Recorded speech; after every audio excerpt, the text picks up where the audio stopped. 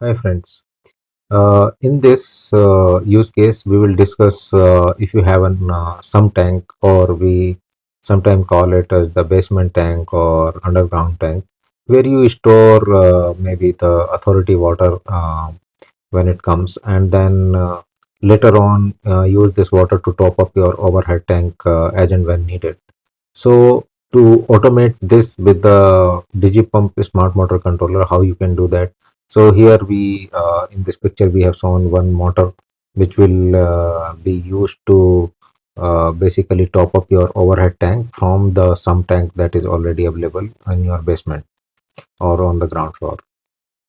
Assuming that this motor can be started, it's a monoblock motor and can be started using any 3-pin plug. So let's see how our solution replaces it.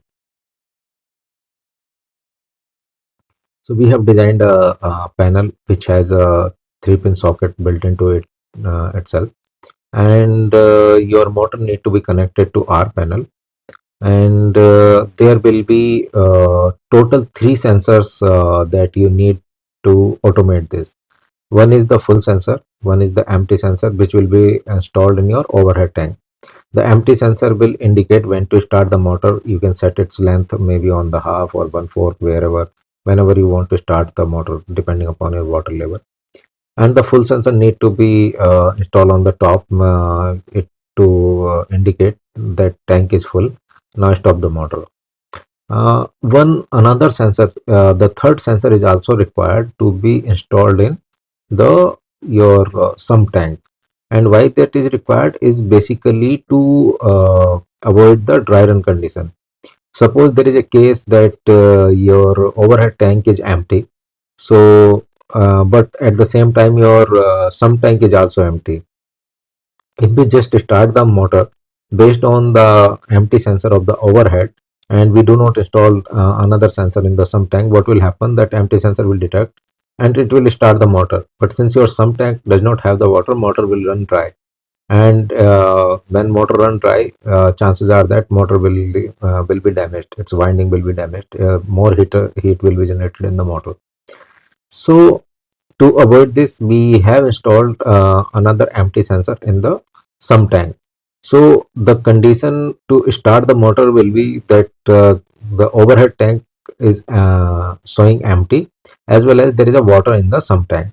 If the sump tank is non-empty, so then only the motor will start, and it will stop on the detection of full tank. So let's see how these sensors. So total, as I discussed, there are three total sensors: overhead full, overhead empty, and the sump empty. Let's see how these sensors are connected, or their wiring need to be done with the Smartify panel. So now we will discuss the wiring of this sensor to the Smartify panel. DigiPump provides you two types of connectivity to connect the sensor. One is the wired connectivity, another is the wireless connectivity. In the wired connectivity, you need to bring three wires from the overhead tank up to the starter panel, and these three wires can be connected either through the 3-core cable or Cat 5, Cat 6 cable using three wire socket. The second, before we go into the wireless, uh, here we describe how they are connected with the electronics. What are the markings? So if you see on the electronics, there is a marking: common, overhead empty, overhead full, sump empty, and the pipe sensor. So here we have only shown for the two sensor in the overhead connected to it. So the black wire, which is a common wire, that is joint on the rooftop itself, and from there you can bring only one black wire up to the panel, and the blue wire of the empty that need to be connected onto the OH empty, the brown wire of the full that need to be connected onto the OH full. This is how you connect the sensors in the wired case. In the wireless, you will have two components. One is your starter panel, as it was there in the wired connectivity, but here you will have an additional wireless transmitter which will transmit the sensor status wirelessly to the receiver. which is your starter panel. So here you have another transmitter which will be installed on the tank itself, and you have sensors connected to the wireless transmitter. The common of both black wire of both the sensors need to be connected to the black wire of the transmitter. The blue wire need to be connected to the red wire of the transmitter, and the brown wire of the full need to be connected to the green wire of the wireless transmitter. This is how you connect the wireless sensor, and it has a long range wireless connectivity, so you can have your uh, tank maybe 5 to 10 floor easily, wherever your tank is located in the center of the roof or on the corner of the roof. It can cover that. It can cover more floors also, maybe 20-50 floors also, but for that you might need to install a transmitter and receiver in such a way that they can face each other. The dry run sensor, which is sump empty, and the pipe sensor, they can be either wireless or they can also be wired. So we provide you three different options, like you have all four wires fully wired, then you can have a fully wireless where all four sensor are wireless, and a hybrid where you have the overhead as wireless and the dry run sensor as the wired sensor. Why we provide this? Because with the wireless connectivity, it adds some cost to the solution because of the wireless transmitter and the chip used for the wireless transmission. So when you use sump empty and or the pipe sensor as to be wireless, so in that case you will need, in the fully wireless solution, you will need two transmitter, and the two transmitter basically add to the cost of the solution, because overhead will transmit separately and the sump empty sensor transmitter will transmit separately. So it's up to you which solution you want. Now let's discuss the power wiring. How will you connect the phase, neutral, or the power of your motor, RYB wires of your motor. Friends, in this diagram we have shown you the wiring for your monoblock pump that can be started with any 3-pin top. So in this panel, if you see, we have already provided a socket for the output where you can connect the 3-pin top of your monoblock motor. On the input side, you need to connect the phase and neutral from your main line. So we have provided two wires, red and black wires, to connect phase and neutral to the panel. So your input need to be connected to our wires, whereas your output 3-pin top will directly go into the socket available in the panel. So it's a very simple wiring for the single phase monoblock motor. Once you do it, then let's discuss what are the features available in our panel for your use.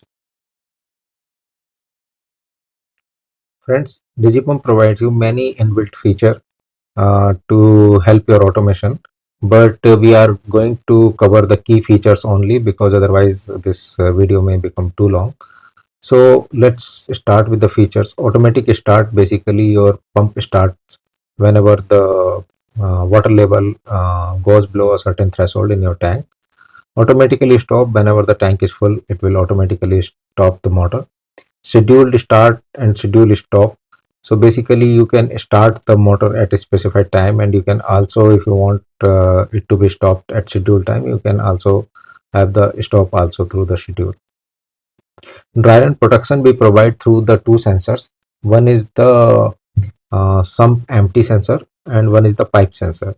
So sump empty sensor is used when you are having the sump tank and you want to make sure that even though your overhead tank is empty, and since the sump tank is also empty, it does not run the motor infinitely in the dry run condition, because it cannot fulfill the tank because sump is already empty.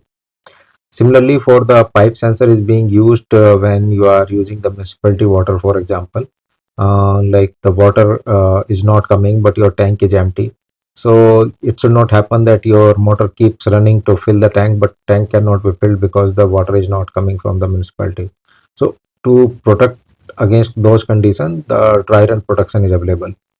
We have a voltage protection The voltage protection is for the low voltage and the high voltage condition. So whenever your voltage goes above 265 volt or the input voltage goes below the 165 volt, then the voltage protection triggers and it will stop your motor.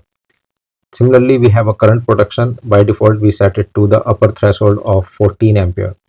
So if your motor start taking more than 14 ampere, it will switch off your motor. Apart from the automatic start and stop, sometime you may need to override those controls and you need a manual control. So we provide a switch in the panel that through which if you can just press it, it will start the motor, and if you press it again, it will stop the motor. So manual switch override is also possible apart from the automatic. We also provide a countdown timer. The countdown timer basically helps you when you have a condition. For example, like whenever I start a motor, it should automatically switch off in 30 minutes, no matter what. So whether the motor is started with from the schedule or started from the sensor or started manually, it will automatically switch off after those many minutes or hours, whatever you have set into the countdown timer. So the big question that customer usually have in their mind, and whether this works without Wi-Fi or does it need internet and the Wi-Fi.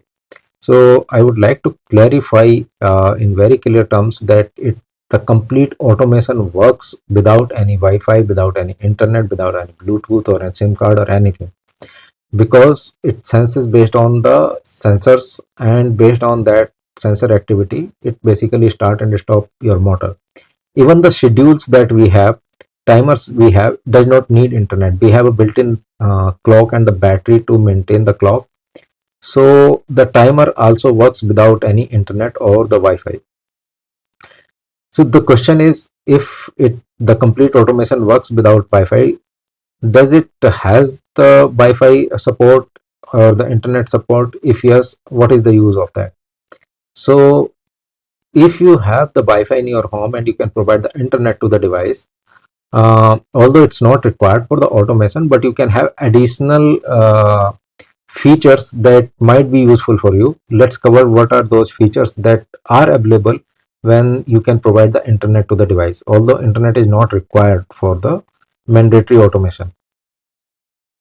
So when internet is available, you can get the notification in the app. So whenever the motor gets started or stopped, you will get a notification in your app that motor has been started at this particular time and at this particular date.